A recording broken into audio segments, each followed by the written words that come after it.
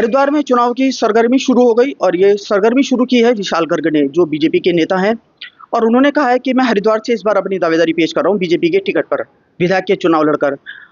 मदन कौशिक के कार्य से वो संतुष्ट दिखे, लेकिन उन्होंने कहा कि फिलहाल वो काफ़ी शहर में राज कर चुके हैं और इस बार मैं अपनी दावेदारी पेश कर रहा हूँ शहर में। अपने युवाओं को मैं आगे लाना चाहता हूँ। मेरे पास कुछ प्लान है पर्यटन को लेकर, जिस पर मैं खरा उतरने की पूरी कोशिश करूँगा। उन्होंने कहा हरिद्वार में कुछ कारण है कि यात्री हरिद्वार में नहीं रुक पा रहा है, चाहे वो ऋषिकेश हो, देहरादून हो, मसूरी हो, लोग वहाँ जा रहे हैं। लेकिन हरिद्वार में पर्यटन के लेकर कुछ संभावनाएं उन्होंने जताई हैं, जिस पर हम आगे बात करेंगे। सुनिए उन्होंने क्या कहा।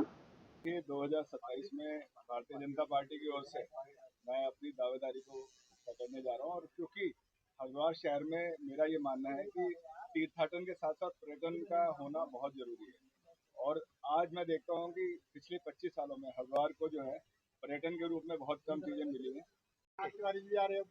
देखिए, मेरा सबसे पहले तो ये मानना है कि क्योंकि मदन कौशिक जी लगातार 5 बार से विधानसभा हमारी जीतते आ रहे हैं और लगातार 5 बार से विधायक, लेकिन क्योंकि जिस तरह से पार्टी नेतृत्व ने अब युवाओं के ऊपर, क्योंकि हमारे प्रदेश के जो मुख्यमंत्री हैं वो भी युवा हैं, हमारे जो राष्ट्रीय अध्यक्ष हैं नितिन नवीन जी वो भी युवा हैं, क्योंकि हर व्यक्ति अपनी सोच के साथ आता है। तो मेरा ये मानना है कि आने वाले समय में युवाओं के ऊपर पार्टी जो है भरोसा दिखा रही है।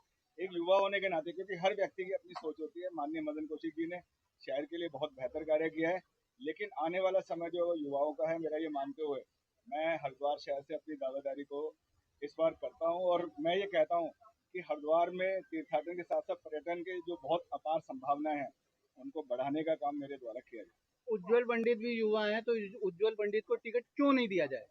देखिए, मैं ये नहीं कहता हूँ कि भारतीय जनता पार्टी के हम लोग कार्यकर्ता हैं, पार्टी जिसको भी टिकट देगी, हम लोग जब तक टिकट नहीं मिलता है तब तक अपनी अपनी बातों को लेकर जनता के बीच में जाएंगे, लेकिन पार्टी जिसको भी टिकट देगी हम लोग उसको लड़ाने का, उसको जितवाने का काम भारतीय जनता पार्टी की ओर से करेंगे।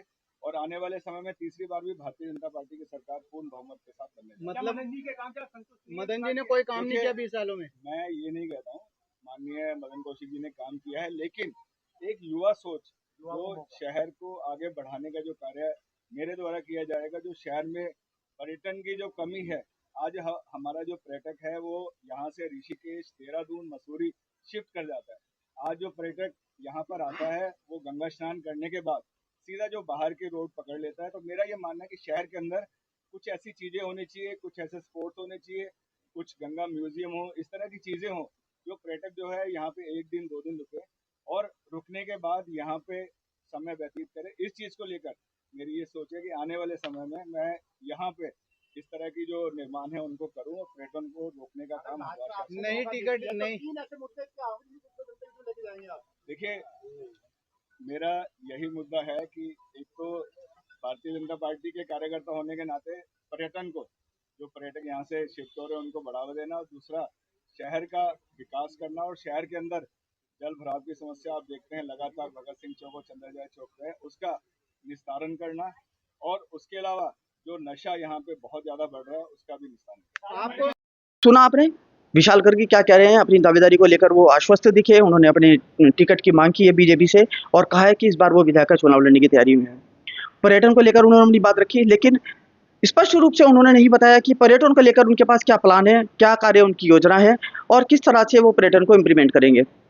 अब देखने वाली बात होगी कि बीजेपी से एक नेता ने तो अपनी दावेदारी पेश कर दी है, बीजेपी के और कितने नेता हरिद्वार में अब अपनी दावेदारी पेश करते हैं। इसमें एक नाम उभर कर फिलहाल आ रहा है हरिद्वार के तीर्थ पुरोहित उज्जवल पंडित का। वो भी सोशल मीडिया पर काफ़ी एक्टिव दिख रहे हैं, अपनी दावेदारी पेश कर रहे हैं, अपने लोगों से बातचीत कर रहे हैं। और देखना होगा कि अब कांग्रेस इसको कैसे लेती है और अपनी दावेदारी कौन सा पेश करती है और किस दावेदार को कांग्रेस और अन्य पार्टियां मैदान में उतारती हैं। अब देखने वाली बात होगी कि कौन विधायक बनता है और किसके सर पर हरिद्वार का ताज लगता है। लेकिन हरिद्वार को लेकर किसी के पास क्या योजनाएं हैं अभी तक कोई भी स्पष्ट रूप से बताने को तैयार नहीं है। शहर में पानी की समस्या है, पानी जगह जगह भरता है, हर चौराहा पर लगभग पानी की भराव होता है, लोग परेशान होते हैं। हरिद्वार में अच्छे स्कूल्स नहीं हैं, अच्छे कॉलेज नहीं है। हरिद्वार में अच्छे हॉस्पिटल्स की बहुत कमी है। जो हॉस्पिटल्स हैं भी उनमें पीपीपी मोड पर उन्हें दिया गया, लोगों को स्वास्थ्य सुविधाओं का भी अच्छी लाभ नहीं मिल पा रहा है। लेकिन लोगों के प्लान क्या होंगे, जो विधायक बनेगा या शहर के लिए के कौन क्या करेगा, अभी तक यह स्थिति स्पष्ट नहीं है। और कहने वाली बात होगी कि जनता किसे चुनना पसंद करेगी। क्या इस बार दोबारा कांग्रेस की सरकार आएगी या बीजेपी दोबारा सत्ता पर आसीन होगी। बने रहिए हमारे साथ, बात करेंगे किसी और मुद्दे पर। नमस्कार।